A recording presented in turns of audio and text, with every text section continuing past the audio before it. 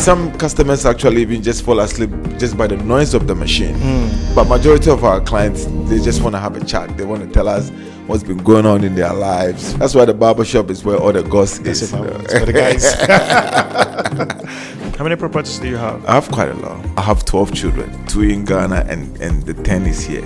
What is the most difficult experience you've had? Barbers mostly are not loyal. Do they go with your customers? I'm a big company. If I'm doing something and it doesn't go well for me, I don't blame it on any Satan or any devil. It's the same thing if I do things and they go well for me. I don't give the credit to any God or anything. I think I'm the God. I think I'm the one who makes things happen. Every startup needs early supporters. For us, that is you. Hitting that subscribe button is the easiest, totally free way to help us attain our goal of hitting 1,000 subscribers in the next 4 months. Now, in return, I promise to bring you the people, the tools, the insights, and mindset you need to level up as a CEO. No fluff, just real stuff you can use. Now, hit that subscribe button. Let's grow together. Thanks for coming to my podcast. It's really an honor to have you here, Perfect. I've known you for quite a while now. You're one of those guys I met when I first came into this town as a young man then, as a student. And I remember Hygienist took me to your shop and we talked a fair bit. And in my head, I'm like, how did this guy start? Where did he start from? How did you? Because of course, this was just me coming to the country. I haven't seen someone run the business and things like that. So I would have imagined at the time, this must be a very difficult thing to do. So for those that don't know who Perfect is, I should call you Perfect or Kwesi. I mean, so you're Kwesi Brown. That's your name. Yeah, I'm Perfect Kwesi Brown. Perfect Kwesi Brown. So I'll call you, for the purpose of this podcast, I'll call you Kwesi. Yeah, Kwesi. All right. So Kwesi, for those that don't know, can you give us a bit of a context who Kwesi is?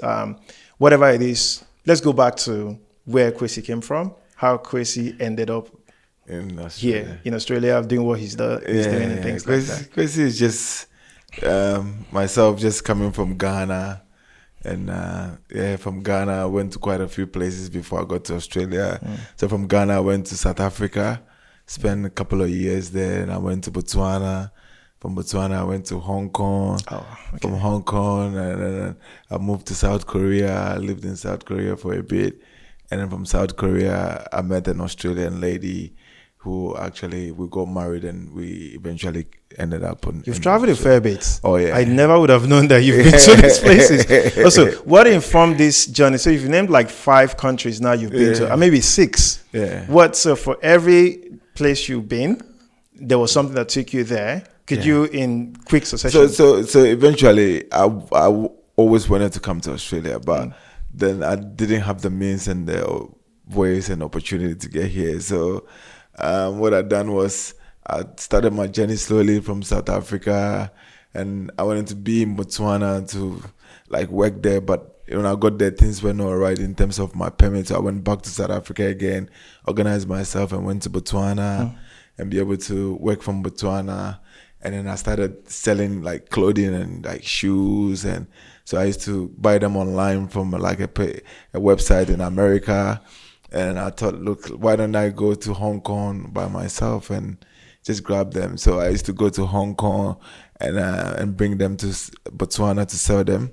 But then my friend told me, he said, oh, he's from Korea. His name is Lee. He lives in Sydney now. He actually is like, oh, the Korean items, clothing are much better than the Hong Kong one. So if I want, he can take me to Korea to grab some stuff there. But when we got to Korea, I told him, nah, I don't want to go back. I'll just stay. So I stayed in Korea. I started my own business in Korea, which is a barbershop. Done the barbershop for I think about 2 or 3 years. And when I was in Korea, I met an Australian lady who was an English teacher. So we eventually got married, and then we flew to Australia. We flew to Perth. Yeah. In general, how long did it take you from leaving Ghana to getting into Australia cumulatively? I would say maybe 5 to 6 years. Oh wow, that's a fair time. Yeah. And where did the name Perfect come from? I'm sure your parents didn't give you Perfect. That's just the name everyone calls me, because even right from school, everyone thought like I was really perfect in terms of everything that I do, pretty much. So it's like a name that they used to call me, but I kind of swore an affidavit and I added that to my name. Yeah. Wow. Okay, so that name came pretty much has traveled with you also from when you were in secondary school and things like that. Wow, that's amazing. That actually fits very well, to be honest. Perfect. Because I've always thought in my head, perfect. Like, yeah, it's a barbershop, but then honestly, at some point in my stuff, I was like, is this guy's name actually Perfect or Kwesi Brown? Well, it's good you've clarified. You've clarified that. Now, look, I reckon you have a very strong personality. I think I mentioned that earlier. Perfect. Everybody pretty much knows Perfect. If Perfect enters a room, we know Perfect is in the room. Either, of course, the hair, you see the hair, or you see the beard, or you see the blings everywhere. You see the cigar, you don't have the cigar here. You know, can you, I guess, what is that? Has that always been you, or you kind of developed that personality as you grew, pretty much maybe here in Australia or somewhere else? No, I've always been like that. I've always been a very strong personality person, and I've always been people's person as well. So wherever I am, everyone gathered around me. It's naturally it's like that. So I've always wanted to be a person where I'm very different from everyone. I don't like being like everybody else. I like to be a bit different. So wherever I am, the moment you see me, you can tell, nah, definitely perfect this is perfect. Yeah. So where would you say was the first? So has this it's always been always you? From Ghana. From Ghana, beginning. from even before I started my journey to come to Australia. I've always, everywhere that I've been, it's been people around me. You can see that this one is very unique from the way I do my things, and it's amazing. Yeah. I'll track back a little. So you schooled in Ghana, I want to believe. You've got siblings? How many siblings do you have? Yeah, I had like my mom had, I think we were 5, including me, 6. Yeah. Yeah. Your parents still alive? Yeah, no, my parents passed away. Oh, sorry about both that. my mom and that's all right. It's part of life. So it was me, my little brother, my 2 little brothers they've also passed away, and my 3 sisters that were before me. So I had 3 sisters before me, and then I had 2 brothers behind me. So I was like the middle guy. Yeah. Who is the loudest? The ones above or the ones below yourself? No, it's always been me. Like, someone, yeah. I've always made a statement. Yeah. That's amazing. That's amazing.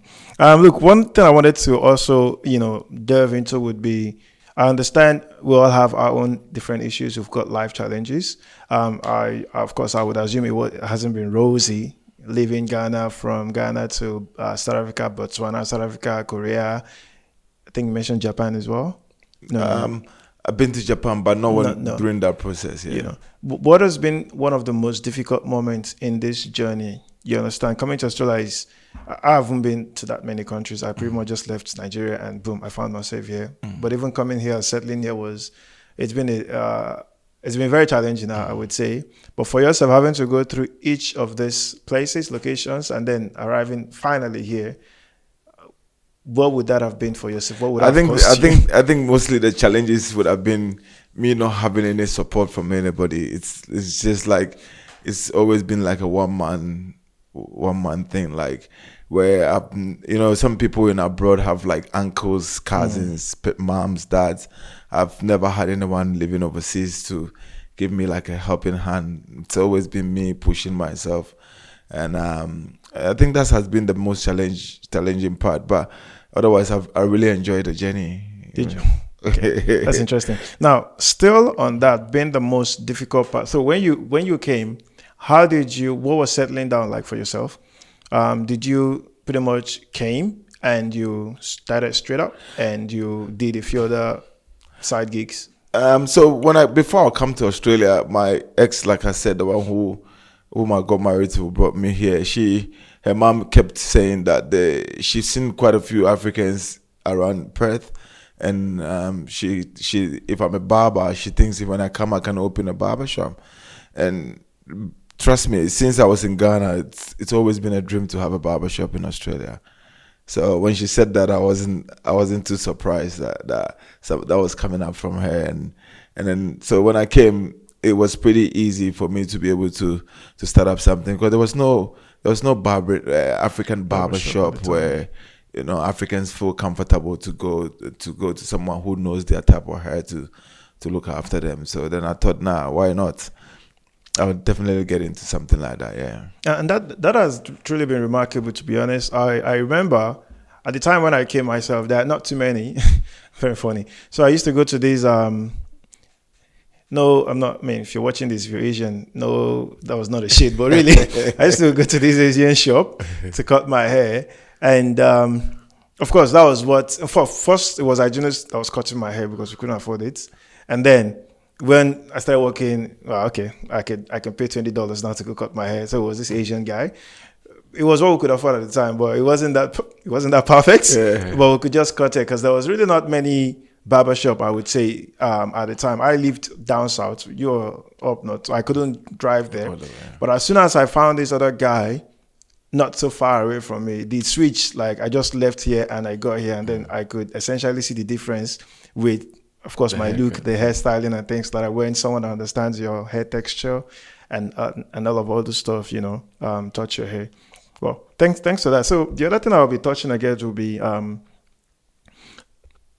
pretty much the business side of things, which I'll be dwelling a bit into. How has it been running the business here generally? The Perfect Barbershop. Oh, it's been very good. It's been very good because right from the get-go, I understood that even though I'm an African and I was looking for Africans to support me, I didn't really have to focus all my attention on the Africans only. Because when you look at the percentage of Africans we have here, it's not much. So I told myself it's important that I know how to do this Caucasian hair and like whatever Asian, Indian. I just needed to be very versatile. Then that way I'll be able to cater to a wider market, so to a broader market. So which is what we did, which is what I did before I started my business. So whatever I wasn't too okay with it or I didn't know, I went to and learned that and before I started my business. And that way when an Asian walks into the shop, I don't say, oh, sorry, I can't do your hair. It's like pretty much me saying I don't want that money. So that could be considered to be in quotes racial as well. It makes people feel very uncomfortable. So that's why I thought, our barbershop is a very versatile barbershop where we deal with all type of hair, like all type. When I say all, there's no human being that walks in there that we don't cut their hair. And not just cut their hair, we cut their hair properly. Do you do that by yourself or you have other boys? I have right now I have about 6 or 7 guys that are helping me. And everybody that has worked with me, except maybe 1 or 2, I've taught everyone. And I've also kind of like taught them in my way that I want, because there's a certain way that our clientele want, and and because I've been cutting for a long time and I have a lot of experience, I definitely know what I'm doing. So I teach everybody. Even if you know how to cut and you come, I still have to give you like a certain type of training before you can just jump on the machine. That actually lead me to my next, because what a thought I had in my head was, running the business like yourself, it's very hard to scale, noting that you are, in quotes, the barber. Like it is you most of your clients want. So I'll put myself in, I'll do an example for myself. So I'm a photographer, I do photos, I do videos and do all of this stuff. But oftentimes when the client calls in that they want so and so, they'll probably want myself. And then I'm saying to them, look, I can't be here. For me to scale this business, I need to be able to get A, B, C and show them and things like that. But you've successfully been able to replicate yourself in perhaps 6 guys now. How easy was that, I would say? What are the failures? Because I wouldn't say it went so smoothly, just teaching these guys and then pretty much they started cutting hair like yourself. It definitely hasn't been easy because most people kind of trust me to do their hair, but the business is growing. It's a big business where I can't do everybody's hair. So I've kind of taught to most customers and let them understand that, look, these people have been taught by me. So obviously they do things the way I do. No one is perfect. Like no one can be like the way I am. But at least I've been able to teach them the basic way that they need to cut their hair, and I'm always around just to support, make sure that things are okay. So as time goes on, a lot of the customers have been it's been easy on them. They've been. Have you had instances where a customer walks in and they are like furious? One of your guys just messed up their hair. How will you have to resolve that? Because the hair won't grow back. Yeah, we haven't really had like a major episode like that, but we've had customers. Obviously, not everybody can be happy where they go and they complain, oh, because you didn't do my hair, I'm not really comfortable. Some people also are they're just happy with me because I tell you stories. It's a whole full package. I tell you a lot of things, and the way when I'm cutting and blah blah blah. So people just like feel like if I didn't touch their hair, they could have the best haircut with my other stuff, but because I didn't do it, they feel a certain way, But trust me, lately I can even get day off. I get like a day or two off. True. Where before I never used to get anything like that. It was very difficult. I had to work 7 days a week and maybe 10 hours a day, or sometimes 11 to 12 hours a day. Yeah, consecutively. There was an experience I had. So recently I was in Nigeria, and I went for a court, and the experience I got was second to none. I haven't felt that way in a long time. You loved it. You understand? I'll tell you what it did. So I went to this barbershop. My state is Imo State, so I went there in Owerri, and for a haircut, it was like 3,000 naira. That was like maybe $3. But this guy cut my hair very fine, gave me a head massage, gave me all of this, and I literally slept. And then he woke me up that, he was done. I had never felt that way before. Now, with your own business, is that something you've considered? Yeah. Oh, yeah. Because that's like, there's a name they call it. I can't remember. That's like a therapist, like pretty much like, yeah, they make you, it's some customers actually even just fall asleep just by the noise of the machine. It's a place people just want to come and wind down, relax, but majority of our clients are not like in too much. They just want to have a chat. They want to tell us what's been going on in their lives, what's been happening, and that's why the barbershop is where all the gossip is. For the guys, they tell you about all their girlfriends, their wives' issues, and whatever is going on, and it's a very beautiful place. I can imagine. People just come and vent their things out there, and it makes them feel comfortable and walk away like they've had someone to talk to. But the type of barbershop I have as well. Personally, I've put in a lot of things that me personally I would do into the barbershop. So it's a whole vibe. It's not just like a barbershop. You just come and it's quiet like you are Centerlink or somewhere where you need to keep quiet. No, it's not like that. You come, it's like Afrobeat going on. I was gonna come to that because there was a DJ thing in the barbershop. I was gonna come to that. The other question I was gonna ask, still on the business side, would be: every startup needs early supporters. For us, that is you. Hitting that subscribe button is the easiest, totally free way to help us attain our goal of hitting 1,000 subscribers in the next 4 months. Now, in return, I promise to bring you the people, the tools, the insights, and mindset you need to level up as a CEO.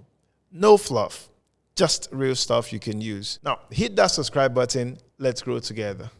How long have you run this business for now in Australia? It's been about 12, 13 years now. In running that space, the barber, the perfect, what's been the most difficult, like running that business now? What is the most difficult experience you've had? Oh, staff is always a problem. Staff is always a problem. And because our thing is it's a creative thing where it's not like picking up boxes where you can just get rid of one and just replace one person. You need to have someone who has the idea, the knowledge, who has the skill, who knows what they are doing. And so staff is always our biggest problem. That's the biggest challenge. So is it managing them or getting them to stay? Yes. Barbers mostly are not loyal. Oh, yeah. Yeah. If you've noticed that you go to a barber shop, you see a barber today, tomorrow you go there, he's not there. He's at a different place. Does it go with your customers? Do they go with your customers? I'm a big company. True. Customers come, we don't even notice. Like yourself, you haven't been there for a couple of years, we don't even notice.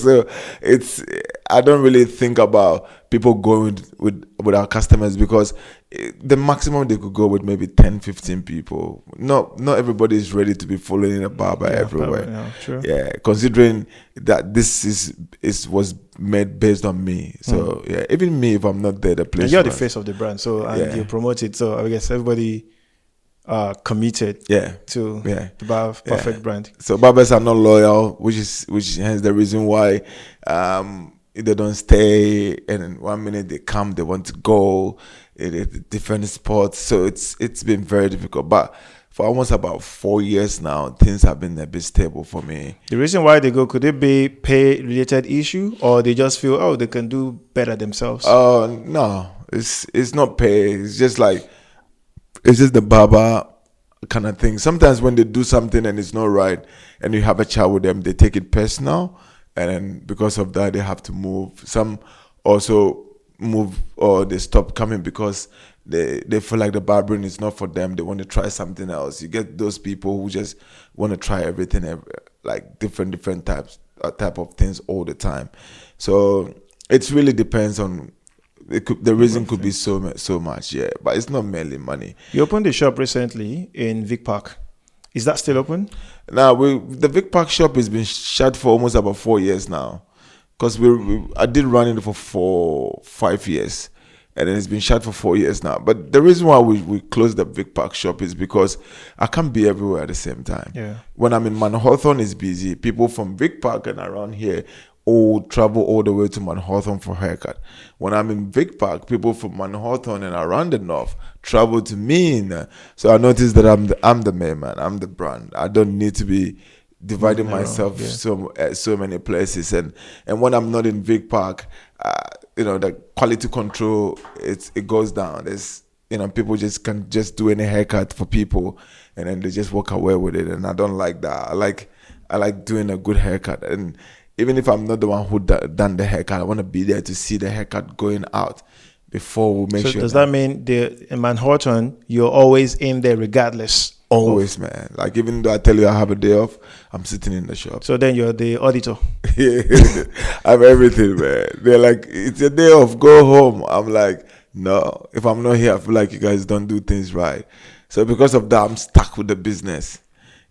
It's which is not bad. It's good, It has its good side, and it has its own downside as well. Because that means scaling becomes a problem. Yes. You in 2018 you also announced the shop in Collingwood, Victoria. Yeah. Is that still open? Yes, we did a shop in Collingwood. One of my boys in Melbourne's like, "Oh, perfect, I like your shop, blah, blah, blah, blah. Can we get something done?" And I said, okay. I thought about it. I thought it was a good idea. But then also after I invested, I was like, oh my goodness, it's still not a good idea because I'm not there. I have to be there to be able to see what's going on too. Yeah. So then I went out of it. But the business is still there, and they're still operating. It's very, very different when you look at it and you look at what we have. So the brand name Perfect Barbershop is not what is called today? It's still called the Perfect Barbershop. Yeah. So you have your signature in there, some sort, but you don't some can't sort of control. like the look of the place, and few of the things that we have in the main Perfect Barbershop has it still there. But you don't have any stake or any share, anything going on in there. Nah. So is this still the same problem you just identified, being able to control or manage customer expectation? As long as I can manage the place. I thought as long as I can manage and I'm not cutting, there's no need for me to be part of it. I would never run in a shop if I'm not in there. So, but how do you then scale? Because at some point, Perfect will retire. Perfect will grow older. And that's when I teach my children if they are interested. If not, I just leave the barbering and do something else. Is any of them interested? Oh yeah, a lot of them. Your first son? Yeah, my first son, he actually runs my business in Ghana, but the ones that are here, they are very interested. They're always telling me I just have a feeling. I feel like hair is part of it's something that my family, because my children from their childhood, you see them touching hair, doing things about hair. So yeah, I don't even have to talk to them much. It's like, how old is your first son? The one that's interested here. The one that is here, Tanaka, is actually 12 years. Oh, he's a big man. Yeah, so I'm pretty much very soon he's here. In another 3-4 years, he should be able to start cutting. What role is he playing? Does he play currently in the business? Also, when my children come, they actually help at the counter. They sweep. They welcome customers in. They do a lot of job. You're a lucky man. Lucky man. I'm happy. Yeah. Any plans for retirement soon? I want to go to Ghana. I really want to move back to Ghana. I've always been that person where I want to come to look for greener pastures, and I've been able to get something small. I just want to go back and help my community. I want to help where I come from. I want to be able to help them with my knowledge that I've acquired since I've been traveling and my experiences, and also I want to do that via a lot of businesses, like invest in quite a few businesses and still help them with it. We'll come back to the other businesses because I've got a few here. I wrote down here. You've got a few celebrities on your list, client list. I follow you on socials, and I come across quite a few posts with Nick Nadnewe. I see him as one of your right-hand men because you guys pretty much hang out quite a few. Yeah, Nick is my boy, man. Nick is a very good boy. So we do Nick's hair. We do. I've done a lot of musicians as well, in terms of like Timaya and then Patoranki, Flavor. I've quite a few people here. Recently, I did Victoni's hair. That was in Perth? Yeah, no, we met in Gold Coast. Okay. Yeah, so I did Victoni's hair. I did Kim Promise hair recently in Perth. Like, I've done a lot of... Funny thing is, sometimes some of the celebrities that we even cut their hair, we don't know who they are. Later, someone is like, "Oh my God, you don't know this guy." I'm like, "Oh shit, I really didn't know who he is, man." And like, so we in terms of celebrities, we've had a lot coming to the barbershop. Do you personally, how do you feel when they step into your shop? For the ones you know. Oh, for the ones I know, I feel very happy. If it starts struck, like wow. Wow, like it's amazing. Like whenever we see them at the shop, you know how it is when you see celebrities. Everyone is jumping. Sometimes it's not even us, the barbers, it's just the staff there, the customers that are in there, like, "Oh my goodness, can I have a photo? Can I have?" It makes it very interesting. You always get worried. I mean, you're the perfect barber, right? Do you get worried, like, I don't want to spoil, anxious or too conscious or too careful not to mess up their hair? No, I've gone past that stage, man. So there was a point in time when you were... Nah, never. Like before I started my barbershop, I was too confident for that. Never even look back and look at that, then think that, oh, you're gonna put me on the spot. I'm a bit nervous. I'm a bit anxious. Never. No hair. I've gone past that stage. The perfect himself. Yeah. So who is, you can't mention them obviously, the weirdest client you've had? Oh my goodness. What that experience was like? I'll tell you, the biggest problems that we have is mostly with African clients. That's interesting. Yes. With African clients, they ask for a lot. But then when you charge them, it's a problem. And they're the ones that like, "Do this for me, do this lineup, I don't want this." They like they explain a lot. And at the end of the day, when you charge them, it's a whole lot of problems. So share with me an experience. So think through the weirdest client you've had, what happened, how it got there, and how you were able to resolve the issue. So the weirdest clients we have, mostly some of them are Indians. So that when you have the Indians coming in, they try to explain too much, and then at the end of the day, the haircut becomes some certain way. But then they end up, when they are leaving, they are happy. Yeah, it's very difficult situation. I don't want to say anything. Yeah. So what's the strangest job you've done all through your life? So I would say, from your adult life, pretty much, from living in Ghana to coming to Australia, all of the stops. What has been the weirdest or strangest job you've done? You've not always been the barber? No, I think what made it a bit strange is in South Korea, I was working in where they dump like rubbish, where, how do you call that? Rubbish bin? Not like rubbish bin. Recycling. So we used to do recycling, and then because at that time I didn't have my papers in Korea, so I think there was a time they said immigration was coming, and I had to go under one of the rubbish somewhere. It was hilarious, man. Like, you ask yourself, how did I get here? I'm like, I was just there the whole time. I was like, because I've heard that they do arrest people and deport them and kind of thing. I didn't know how it was. So the whole time I was like, oh, I hope nobody holds my leg. So I would say that was and after then I was like, nah, man, I'm gonna go to the city. So I moved into the city and I started doing my barbering thing. So barbering is what I've done like The most. pretty much after I finished my schooling, and straight up I got into the barbering, and that was it. That's what I've been doing. That's why I have so much experience in it. How many years? Oh, true.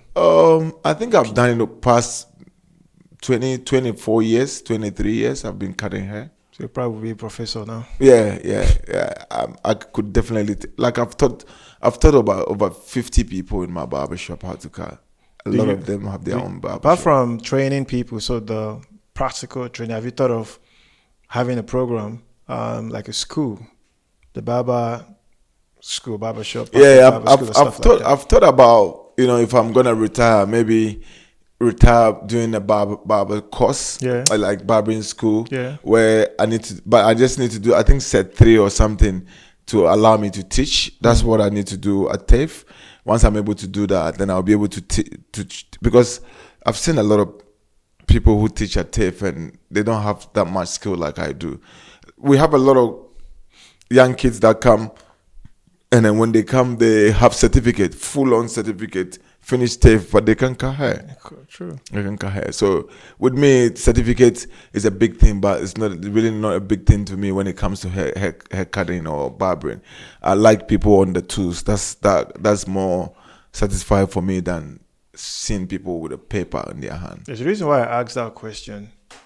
So oftentimes for us as migrants, we all come and of course want to go get a job and things like that. Oftentimes we neglect the trades part of it for a number of reasons. Perhaps, of course, parental influence, but also maybe we don't know where or how to even start learning these trades. I've had a few young chaps come to me as well. They want to learn photography and things like that. Some people, their parents really discourage them, but some others really want to learn it out of genuine love for the craft. But they really don't even know how to start. So if I were to ask you this question, if someone wanted to get into the space you are operating in, what should they do? So, pretty much, I've seen a lot of people with talent, especially with this African female that can do hair. But it's just that mostly I always say Africans don't operate their business well. It's one of the things. So the people can do the hair, blah, blah, blah, but they might not open it on time. You go there, it says the shop should be open at 9, but 12 the shop is not open. It says the shop will close at 5, but 3 o'clock you get there, the shop is already closed. There's no communication, there's nothing, and so it is the downfall of us Africans that come into this country where we can't operate our business. Due to that, a lot of them don't want to do the business. They feel like it's very difficult. But if you're very dedicated to your business and it's a profession like braiding, cutting, you definitely make something. Because it is an essential service, that. Yes. I'm sure you didn't close during COVID. No. Because you're essential. Yes. We were during COVID was the busiest time for us. Barbers, hairdressers, we are very important in this world. People can't do without us. You understand? So if you have that talent, I've seen a lot of African girls that come to because my cousin has a next door saloon, and they come there and they are not serious. Even just reporting to work is a problem. So you can tell that even if they want to open their own shop, it's not going to go well. That is the biggest downfall of most of the Africans that want to run business. So if we say focusing, let's assume we'll have our challenges. Obviously, this I agree with those because I've had a few of those experiences as well. What if we wanted to teach people how to do it well? So someone walks up to you, Kwesi, I want to get into the business or the act of styling hair. How do I start? What sort of help or support or education can you provide to ensure I get the right start from, of course, acquiring the right knowledge, skills, experience, and of course, registering the business appropriately and acquiring pretty much your tools and things like that? How would you Oh, that's pretty easy. I mean, we do have suppliers who supplies the tools. It's just me giving you the details for you to contact them. The advice will be the same thing that I'm telling you. Once you're able to go and do your apprenticeship, you know how to cut the hair and you want to start your own business, just be serious about it. That's where it gets down to. But a lot of the African businesses don't grow because of not being serious about the business. That's all. That's really remarkable. Interesting. Now, I'll go to something else. So I've been seeing you do a lot of DJ. Well, I'm not sure if it's DJ gigs, but I've seen you on turntables quite a few.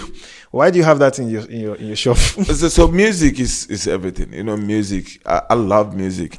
Growing up, I thought I would do three things. I thought I could be a barber, I could be a musician, or I could be a soccer player. Do you know how to play soccer? I used to play soccer very well. I just stopped when I opened my barbershop. But then, even if I wanted to do anything, I couldn't do nothing because I'm already old enough that I couldn't play soccer to a certain thing. When I came to Perth, I think I'm one of the first people to actually start the Afrobeat thing. Yeah. I can't dispute that. First person to actually bring an artist from Africa. That was 2010 to start doing an event, and I also engaged some of the clubs in Perth City, and we started. Who was the artist? His name is Kwesi from Ghana. Yeah, but I've brought a lot of artists until last year was the last one that we did with Stoneboy. So I'm into music pretty much, but one of the things that has made the barbershop very good is the music that people listen there. You know, it's very different from everything else that other people listen to. So I thought, why not? I'll get a timetable in the shop. If we have any DJ who walks in, can jump on. And I also went and did the DJ course because I love music. So then every now and then when it's quiet or when there's few customers that can jump on and, you know, entertain the people, and people love it. People love it. Just seeing the timetable just sitting down there, or the controller sitting down there, they love it. They're like, oh, this is so cool. You know, the aesthetic part of it is beautiful. But also when we get to jump on and play music, people are very happy and like, oh, we love this. This is nice. Do you see yourself doing DJ, becoming a DJ post after you finish? Yeah. I've like when you go on SoundCloud, I have so many mixes, like a lot of nice mixes. Because like I told you, I love music and I went to study about this, the DJing. So I just don't DJ in the shop. I do play gigs. I do weddings.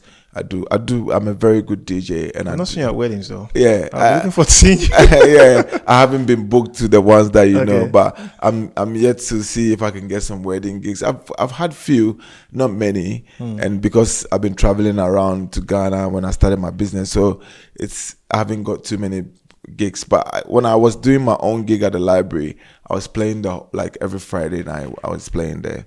So we should look forward to you transition at some point into becoming a DJ full time. Oh yeah, definitely 120%. Quite interesting. I'm looking forward to that one.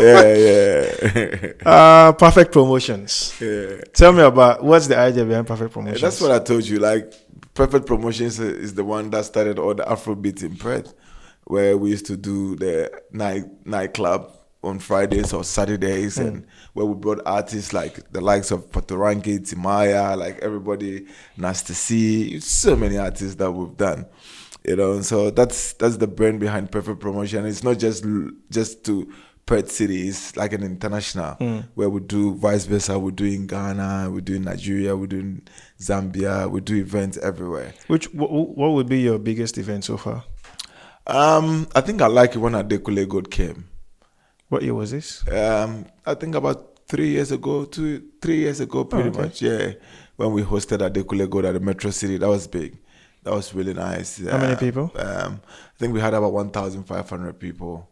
Not just the people. Sometimes the crowd doesn't really do for me. I like how we organize the experience, how we organize it, because I just feel like when you go to concerts, there's no kind of wow factor to it, but that had like that nice wow factor when he did his I Just Want to Be Happy with the video song where I got Kishi, this Nigerian girl, with a spray gun, and then she went into the crowd. It was beautiful, the confetti coming out, and I was like, it's nice, you know. So I love that. But I've hosted a lot of events. Yeah, I've done the Afrobeat Festival. I used to do the Afrobeat Festival at the Langley Park, but because the support was not there, so I was like, nah, there's no point for me to be doing it again because I spent so much money and you still. I can imagine. It happened, the last time it happened was 3-4 years ago. Yeah, 4 years ago. It was the biggest. Even just to get a permit to do an event at Langley Park, it takes a year. I got a permit on the day that I did the event. I was in the park arranging stuff. That's when I had to sign for the permit. I was shocked. So if you don't get the support, it's difficult to keep doing it. What would you think? Why would they not give you the permits? I think 3-4 years ago, Afrobeat, it's not that big. It was still growing. Up to now, it's still growing. And usually the Africans don't like to support too much, which we all know that. In terms of attendance, in terms of buying attendance, tickets, or attendance, buying tickets, the support was not. What do you think would be the reason for that? I don't know. I think maybe people were not used to that. I'm not used to that Afro type of festival event, or if it was free, it would have been okay. Well, it can't be free. But because I was charging, people didn't want to come. Because I remember when they do the one for OAC one, there's at least maybe 5,000 to 7,000 people that go to that event. But with mine, I didn't even have 800 people there. That happened just once. I did twice. Okay. First one was at I forgot the name, South Perth Foreshore. Okay. So when I'm doing something for Africans, I like to go very, very, like I want the good thing for them. So I just don't go for smaller things. So I did the South Perth one, which was a big thing as well. We had few more people. That had more crowd a little bit, but still there was a lot of losses because we bring artists from Ghana or Africa elsewhere, and we still don't make up. But the following year again, I said I'll do it again. Let me see, maybe if I go to Langley Park, it might draw a lot of different type of crowd and more people to come. And Langley Park, I spent so much money. I even put gold cars. It was really nice. We put like Afro stores where people were buying clothing and the food as well. Did a nice stage. The stage was beautiful. Like I said, I don't settle for less. I like to do things properly, and still I didn't get the support. So I thought, nah, I'll just give it a break for now, and maybe later in future we can still look into it when it gets bigger. Yeah. I've got a particular interest in I guess show promotions here. So a personal experience. So when my friend was a hygienist, we did quite a few, not many, just I did one with him, and then I know he did quite a few at the time. Of course, it was always losses. Always losses. In fact, the one we did was with a gospel artist. The one I did with him, not him, rather with another guy, with Nigel and Fraser and things like that.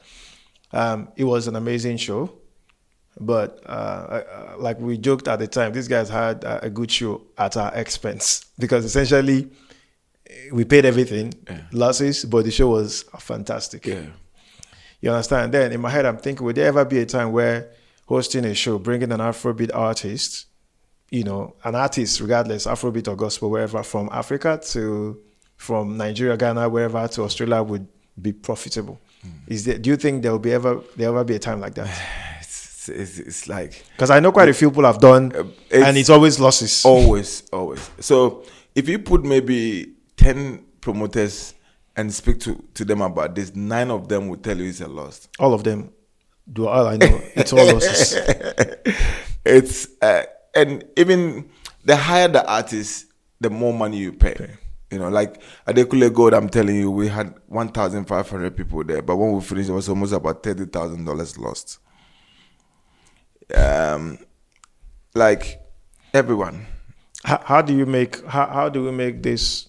I guess this experience rewarding for the participants or the attendees, and of course for the promoter. Have you ever thought, okay, what is it that can be done? what can be done is when the Africans start coming out. Have we looked at corporate sponsorship? The Because oftentimes it not necessarily those buying the ticket that pays the bills. Oftentimes it depends on how well it's marketed. Corporate can really jump on it, and they bring big money. I think with the corporate thing is a good idea, but most corporate companies want to see you done it before they can jump on board. You know, and if they can see it's not that lucrative, that it's not attracting many people, there's no need for them to even want to get in. So it's difficult approaching them to kind of be on board with you. Yeah. Have you attempted it? Yeah. We tried a few. We tried the World Roommates. We tried Western Union. We tried just the local companies around as well to see if they can put in there, and then we can advertise them on the show there. But no, they're not interested. Yeah. So it's difficult doing everything from your pocket. I can imagine. I tried it. I knew it was. Well, after then, I was like, no, I don't think this is worth it. Yeah. And I'm never going to do this again myself. I'm sure Hygienics will say he will say the same thing. Yeah, no, absolutely. Yeah. Absolutely. He will say the same. You know, an African will love a certain artist. I love David. But when he comes, you literally have to go and knock on their door for them to buy a ticket. And it's very, very bad. And sometimes they look at the person that has brought the artist before they can come and support. So they look at it and say, oh, it's Hygienics. I don't like him. Me and him, blah, blah, blah. I'm not going to go. Not thinking about, I like this artist. I've always listened to his song. Let me go. You know, but at least you Nigerians actually do support. From the Ghana side, there's no support at all. Ghanaians don't go out. The whole world. Have you thought why? They don't like, they're just too serious. They just feel like they're the only ones who came to look for money. Trust me, man. When the Adekule Gold was coming, I saw Nigerian pastors at the club, at the nightclub. They are pastors. They bought ticket because Adekule Gold is Yoruba. He's from Nigeria. They will come support him. That's why the losses wasn't even too much. But when it comes to Ghanaians, they don't support at all. Like, they are not there, honestly. And they know themselves. So it's not like I'm just sitting down here just saying it. So it's one of the reasons why our events don't go nowhere. Even when you have a normal Saturday event or Friday event, let's say the event finishes at 2 or 3 o'clock. 1:30 is when the Africans are arriving. So it makes things very difficult. You know, also when you're doing something around supporting them, you can't even plan because there's no ticket board on time. It's a very sad. I think it's I want to say it's cultural, but it's endemic. I would say I do quite a few events myself, the gigs and things like that, and I ask myself, when do we get rid of the African time thing? I'm noting that when an environment where you get charged by the hour, so everything is go by the hour. Nobody's doing like a whole a package booking. Especially in this country. Yeah, everything is by the hour. So if you're keeping someone waiting, they're telling you. So when I go shoot a gig, and I say to them, look, you book me for 5 hours, and it starts counting from 6 p.m. or 5 p.m. If it's 5 p.m., by 10 p.m., I'm out. If you come at 9 o'clock, look, I'm leaving you. You understand? And of course, you still see quite a few people still turning late for the event, and they still end up asking you to extend a bit. And oftentimes, there's nothing I can do. You just have to pay more and things. I do generally hope that, this will improve over time. But yeah, still on the shows. I'll be looking forward to having this guy, Yemi. This guy is that do Afrofusion. I would love to have the experience on this as well. And I guess from my point of view is Afrobeat is becoming a thing. All right. The Grammys, they have been nominated now for my four artists or so. 5 of them have been nominated for the Grammys and things like that. So it is becoming a thing. I guess perhaps we might then need to start looking at other ways to get this funded. So not necessarily from the ticket sales. Ticket sales is a big part of it. But I guess our value proposition, what do we propose to these organizations and how far are we willing to go out to ensure that this organization, because they're not charity organizations, they're also there to make money. How do we, ensure that they get value for their money as well? Because at the end of the day, they are going to sponsor. If they are going to sponsor, they want to get something in return. Okay. And so how do you creatively put together a proposal that is appealing to them, and I guess that will get them into putting money down for the show. If not, we could always be, it could end up being a dream for us to have this kind of experiences here. Go to the US and go to the UK. It's big, but over here, I mean, 1,005 is still not there yet. I would assume it's you can't do anything. Can't do anything with that. But then, mind you, in America and in UK, there's more Africans than there is. Fair enough. True. So that's also part of the contributing factor. Yeah. True. Now let's talk about Perfect Faith. Yeah, the one you went to Ghana to do. You were in Ghana to do the faith stuff, charity faith. Yeah, the charity faith, yeah. What gave birth to that idea? So with the charity faith, pretty much, I do it in the suburb, the area that I was born in, and that is in Swedro, Dwinhu. That's where I do it. So it's just something we do for the less privileged. Because in my village, some of the kids can't even afford to cut their hair the whole year. They have to wait for that thing to have a haircut. The parents can afford it for just like a very simple haircut, but they can't. So, and also most of the kids there have not seen jumping castles before. They've not seen the trampolines before. And so I thought, look, it's a great opportunity to be able to do something like this for them. And it's not just that. I used to collect things from here and send them to Ghana, like use clothing and blah, blah, blah, which is very, very good thing for them. But it got to a time I stopped because it's just too much sending it to Africa. But we still give them food for that event. I bring maybe 15 to 20 barbers together, pay them, let them leave their offices and come join. So usually we do about maybe 200 haircuts. How long did that go for? A day or a couple of days? We usually start from sometimes 6 or 7 o'clock a.m. in the morning, and we finish 3 or 4 p.m. And we have music bumping. We do a lot of giveaways. We do quiz there whilst we are there to see which of the kids are very talented. Smart. So we can sponsor them and help them go to school and things like that. So I've been doing that for 6 years now. Every startup needs early supporters. For us, that is you. Hitting that subscribe button is the easiest, totally free way to help us attain our goal of hitting 1,000 subscribers in the next 4 months. Now, in return, I promise to bring you the people, the tools, the insights, and mindset you need to level up as a CEO.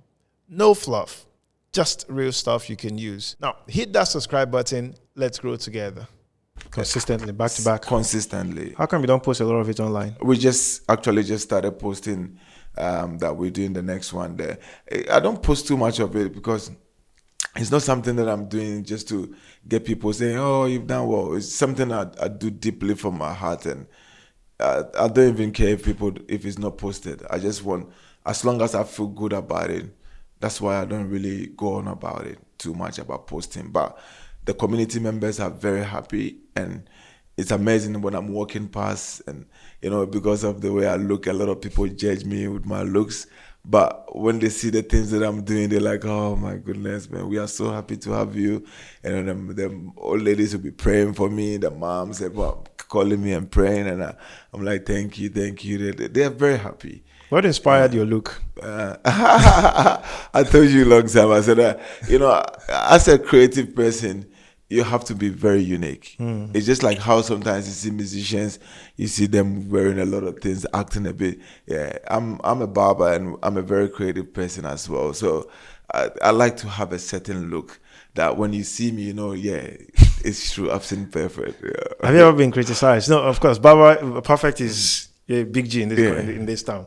But for someone that hasn't met you before, that don't know you, and they just see you, like, what do you think will go through their head? People always think very, very bad of me. And then the moment I open my mouth, I start talking, they're like, oh my goodness, he's actually a nice guy. we did not think that. I'm like, I know. So you can't just judge someone with their looks. It doesn't really mean anything. It's what's in me. That's very important. Like I said, when I go to my village, the looks, now they don't even look at how I look anymore. They're just like focusing on what I can actually bring on the table, which is what I like, What would you consider your greatest impact? My greatest impact is when I've been able to teach a lot of people here how to cut hair, because I love hair cutting, and I didn't want to see it and just on me. I want to see spreading around Perth. So when you see everybody in Perth, you can see everybody is looking perfect there. So when you go to Southside, 4 or 5 boys have a barber shop, and the influence is from me. You go to Northside, it's the same. I love how I've been able to spread it. And I also like how I've been able to help Afrobeat music, because it's not being a musician only is the thing. It's also playing the music on here in the clubs and in the barbershop and everywhere, and pushing it. I've been able to let a lot of people know what Afrobeat is, and a lot of them have caught on to it, and people love it. Everyone is like, "Oh, perfect! Thank you so much for, introducing me to this music." And it's a big thing for me, because I've always wanted to see Africa growing in terms of the music, and I'm able to contribute that part. So these are the greatest impact things that I've done. How do you feel? I'll share my experience. Okay, I'll ask you a question. I'll share my experience. How do you feel when you hear Afrobeat, Davido, any of these artists being played in a public space? So this was me couple of months ago. I think it was last year. So I was in one of the filling stations, 7-Eleven, and I could hear within their sound system, I could hear pretty much Wizkid and Davido and the rest of it being played, like as part of their playlist. And first I was probably like, am I hearing something else? But then it gave me a sense of pride to say that a couple of years ago, you could never imagine that happening, having such music being played in a space like that. But then today it's becoming a thing. And I won't be surprised if on regular radio stations they play this music as well, and things that are perhaps I'll be looking forward to one day on TV, pretty much on national TV, and we'll have the songs being played as part of the song. How do you feel when you hear some of those? No, I feel very happy, because that's like I said, that's what we wanted to happen. We wanted to see Afrobeat, Afro music taking over, and like I said, we've been pushing this throughout the clubs, through the barbershops, through when we are driving on the streets. We've been sending links to people, our friends that are not Africans, listening to the music, and they really love it. So I still don't think it's got to where it's supposed to get yet. If it's on radio, once we're able to get it play on radio more, then that will be good. That will also help our events that we do, because then we can target different demographic thingy. But because it's not on radio and things like that, it's still not a big thing yet. Do you run a club? Do I what? Do you own a club? I own a club in club? In Ghana. In Ghana. Yes. Tell me about that one. It's Ghana. It's like a 2-acre land. It's like an entertainment hub. My place is called the Aussie Pub and Lounge, and I have sections. So I have the bar and grill area that can take about maybe 1,500 people. We have the restaurant that can take about 500 people. And then we have also the nightclub all in one place. That the nightclub can take about 400 people. And then we have a big swimming pool. And I have 3 rooftops. Each one takes about 200 people. And then I have the backyard where it's called Sin City. Sin City, where can imagine what's happening there. Oh yeah, it's amazing there. Where we have the riverside, where I've done like a bar and a pergola and like a VIP section, and you get a lot of breeze. It's almost like you're at the beach, but just at the river. We have about 52 employees that are working for us. How do you manage that from here? My son, my older son, actually looks after How the old is business. He's 24, 25, yeah. Man. So he's a bit old. I had him when I was very young. Anyway, so he's looking after it. He's switch on. And I have 6 managers that are managing the place. So it's a very good business. It's been very challenging for the first year. We started it January 12th this year. So January 12th next year will be 1 year anniversary. And believe it, this is the first time this month things are actually kind of like calm for us, where our heads it's not everywhere. Making profit or still in loss? It's not making as much as profit as I want it to be. But for looking at what's happening now, it looks like a year or 2 years to come, we're gonna be laughing a lot. I'm not in a rush. Cool. I'm a business person. If it's not going to be good, I know. But I can tell once things are managed properly, everything will be fine. Do you what's your advice for? So a lot of Africans, for instance, Nigerians, we like building. So you see, typical an average Nigerian, especially for the guys from my part of the country, Nigeria, we want to make money here and then go back home and go develop this big building or a sort of business that oftentimes gets run down by other people. I'm curious to understand how you've been able to successfully do this you're doing. So running the business while you're here, what sort of structure do you have in place to ensure accountability? Yeah, so that's what I said. I've got about 4, 5, or 6 managers there. So everybody is just watching everyone. And I'm onto them.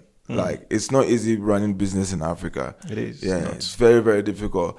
And talking about properties like houses, we're actually doing, we're getting into Airbnb. One of the houses that I had, I don't want people living there anymore. Whether you're family or not, everyone is going. It's just I'm turning everything into Airbnb, into a hotel. So we are not doing buildings where we go and relax and stay there and family stay there. No. I think that thing is outdated. How many properties do you have? I have quite a lot. In Ghana or here? In Ghana. You're a big man then? Yeah, because I want to move to Ghana. So the properties that I have is just the children that I have here. I have 10 children here. Wow. In all, I have 12 children. 2 in Ghana and the 10 is here. Strong man. Yeah. Okay. Yeah. So that I consider them to be my property. And when anything else that I can do as well is in terms of the houses and other businesses, they are all in Ghana. So that's what I've been focusing on, because I can't do 2. It's gonna be too much for me. Yeah. So I focus on that one. And here I don't have any much property apart from my business. That's all I have. What's your perspective on religion? I'm not religious at all. I think religion kind of set, especially we Africans, back. And I'll give you an example. I hire people and I give them a Sunday job, and they really need a job of work, but then they tell me they have to go to church. So then I'm like, it doesn't make sense to me, because pretty much we go to church and mosques or wherever to pray to be able to get jobs and to get better life. So if you've got the job, why you say you don't want to do it and go? So I feel like it makes people lazy. It makes people feel like there's a certain something that is gonna come and do things for them rather than them waking up and doing it themselves. I was born as a Muslim. And I thought Islamic religion was a bit something else, so let me change and become a Christian. And I joined that, and I saw that it's all business, man. So I respect it when people are doing it, because everybody have their beliefs. But to me, especially the things that Australia have taught me, I'm very awake now. I'm so woke. Like, before I was just wasting time and just thinking that something will happen miraculously. There's no miracle, bro. It's no miracle. It doesn't work like that. Fair enough. I thought I didn't want to add anything or take out anything from what you said, but do you believe things happen by chance? Nah. So if you don't believe they happen by chance, then it means something causes things to happen. Yes. So what is that then? I don't know. Whatever it is, we call it. Not 10% human being, force, whatever. So that's what I'm saying. So for instance, if I'm doing something and it doesn't go well for me, I don't blame it on any Satan or any devil. It's the same thing. If I do things and they go well for me, I don't give the credit to any God or anything. I think I'm the God. I think I'm the one who makes things happen. Yeah. So that's why I don't really worry about giving my downfalls to any Satan or any God and give my things that are happening well in my life to any God. No, I don't do that. You believe in evolution? Yeah. Nah, not really. So okay, let me not go too deep. Okay. What else should I know about you? We're rounding up now. Oh, you should just know that I'm a very nice person. I'm a person who likes to help people, and I'm not religious at all. Like, I like to help people. I like to live the righteous life. I like to do good by people. If you do me wrong, I'll do you wrong. I pay back the same way. If you do me good, I'll do you good. I'm a very strong, like when it comes to, you see me very hardcore, but I also got a very fragile heart. I've got a very soft heart. My heart is very soft, but I don't take nonsense. Like I said, I respect people. I love people a lot, but I return the favor. If you're not nice to me, I'm not nice to you. I don't. Where should we see Perfect in the next 5 years? Ghana. 5 years. Ghana. So we should start counting. Ghana. Definitely Ghana. 120%. Unless something has happened, but otherwise I want to be back home. I feel like all of us that come to the diaspora, that come to look for greener pastures, instead of us sitting here and complaining a lot about what's happening back home, if we all should go and contribute to our little communities that we come from, it will change a lot. What's your view on politics? I don't like politics. Politics and religion is something I don't do, because the reason why I don't like politics is, well, the politicians in Africa don't do much for anybody. They're never there. So if you know what political beings, you know what political beings, humans ourselves. I know. So I know we are, but if you're talking about that type of politics, that's what I'm trying to elaborate on, because the people don't do anything for you. So you may as well just not think that they don't even exist and just do your own. You see yourself going into politics anytime soon? Never. How do things change then if you and me won't go into politics? I won't go into politics because I feel like when you go into politics, you have to do what the others are doing. But you can change. You can make a change. Yeah, in Africa, if you want to do that, it's difficult. It's very difficult because most of them have a certain way that they think. And that is why things are not getting better. They're always thinking like that. So even if you go and you have a good way you want to think about things, if they don't, if like it doesn't go the way you want, they can even, you know, the saying about when they say, sorry to cut you, bro, where they say when the good stay silent, evil persists. So if the good men like yourself, myself, and if you're will say we're not going into politics, then these bad guys will keep doing what they do, and then they'll get away with it. But that's what I'm saying. If we could have a lot of us that are in diaspora going back home, are you willing to champion that? Oh yeah, that's what I told you. I'm moving to Ghana. So if you're going back to Ghana, are you willing to champion? Okay, let's start from your where you come from, your local government or your state. Are you willing to effect this change? Because to effect a change, you don't just effect a change by being one person. So the system won't let you effect. I mean, you can start, but to effect change that would impact lives, you have to be involved. Either be on the corridors of power or you be in there. So you have to be involved in politics. I think what will make me more powerful is when I focus on my businesses. If I have a lot of things going on in where I come from, that will change a lot for me. Because then I'll have control of the people. The people will already be under me, because the majority of them will be in the companies that I own. That is what I want to focus on.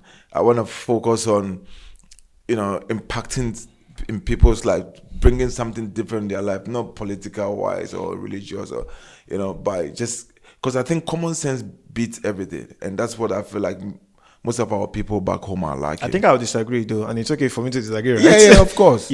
I do think, you might not necessarily want to go into politics, but you can raise men from your place that you've inculcated in them your belief, and like go to politics, and then they can go, because politics doesn't necessarily be for it cannot be for all of us, but I could train people in the right way to go into that and then effect those changes. Maybe that then I can understand, but me personally, it's not a thing I want to get involved with. Not just that, because I come from a royal family. My uncle is the king where I come from, and if it's not there, I could be the king. But even if they give me that title, I'm not interested. I don't want it, because I don't think I need a title to be able to bring change to my people. I don't think I need to be a politician or a king or I think it's just me thinking the right and putting the right things in measure will definitely do a lot of changes for me. Yeah. Thank you so much, Mr. Kwesi. Right, it's been an amazing conversation. Wow. It's been wild. Yeah. It's been wild. We've gone for 1 hour now. Yeah. So here's the point where you ask me a question. I'm sure you probably have 1 or 2 questions for me. Oh, I mean, what I wanted to ask you is like, what made you get into this? Because you are also like an entrepreneur. You are like someone who's doing your own business, doing a podcast. Did you do this in Nigeria, or you only thought about this when you came here and you started doing this? So is it this podcast or my business? Your business, the photography and yeah. Wow. So I've done this. So I've done photography from when I left uni. As when I left second, my dad used to be a photographer many years ago. The family, like yeah. So he had a camera, funny enough, and then at the time, photography couldn't pay the bills. All right, but when he got a government job and left photography, and I stumbled on his camera one day, and I got amazed, like this thing camera, because I'm quite fascinated with stuff, toys and things. So how does this work was my question. Then I asked him if I could play with it, and he said, yeah. Go ahead. And so I took it. I went to this park, and I started taking photos, and that was really where my photography journey started. This was in 2005, and I've done that. So I did that 2005 to 2008. I got a job after uni, so that was through my uni days. I did that while I was in uni. And then after uni, I got a job in the bank. So I did banking for like 3-4 years. And then I came to Australia. And then coming here, I schooled and started working and doing stuff. But at some point, I realized there was an opportunity. Most of the events I went, it was non-Africans covering African events. And I understand the way cameras work. It's still difficult for me to capture white non-Africans, especially the lighter skinned stuff. And I could then imagine someone that is not an African taking a photo. So each time I saw those photos, I was like, this can look better. This can be better. And so I took on the camera and I started doing it as a side hustle, myself and hygienist at the time. This was 2015. Yeah, 2015. And then I did quite a few gigs. And at some point I asked myself, what is it that I really want to do? So in 2019, I quit my job. And then I went in here full time. So for me, it's more about passion mixed with the need to create an impact. So I wanted something that was me, something I own, something I could identify with. Because for the most part, prior to this point, I haven't worked longer than 6 months. I've always changed the job. So I'm this kind of person that I get bored easily by doing the same thing. So if I'm doing this, after 6 months, 1 year, I'm going somewhere. So I'm just changing job. The longest I've stayed in the job is 1 year and 6 months. And then at that point in 2019, I got to a point where I felt, okay, what is this that I really want to do? Because this job, I'm doing this job now. I know I'm going to leave. I'm started to get bored. So then I asked myself, what is it I wanted to do? What defines me? What is it I've done the longest? What is it I do and I love doing it, that I could get money from it? Photography was one of them. I thought about a few business I could do, but which one would give me the most joy and which one I could do while having fun? Photography was it. So yeah, I then started with 1 camera and 1 computer, laptop. And the rest is history now. So slowly built into what it is today. And and the rest is history. Yeah, it's good. It's good to see you doing what you are doing. Thanks, bro. Thanks. That's if we can have most Africans doing, like, seeing what is for them and capture it, like holding on to that, I think it'll be good. It is very important. I've had a lot of people, and this is what one of the reasons I informed this podcast I'm putting together is getting business people, those who already do business, to come sit down and let's talk. Of course, talk about them. Let's demystify who perfect is. All right, let's get to understand the basic units that make up perfect, but also talk about the business he runs.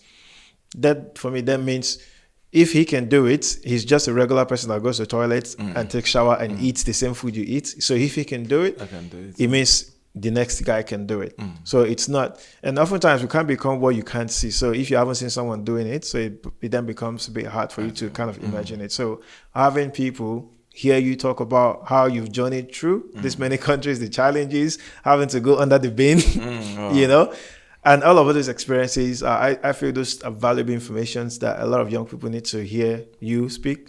And I guess perhaps inspire them to also want to take this journey as well. That's cool. Thank you so much, Perfect. Thank you too, my brother. Coming on the show. Thanks for having us. I really appreciate that, man.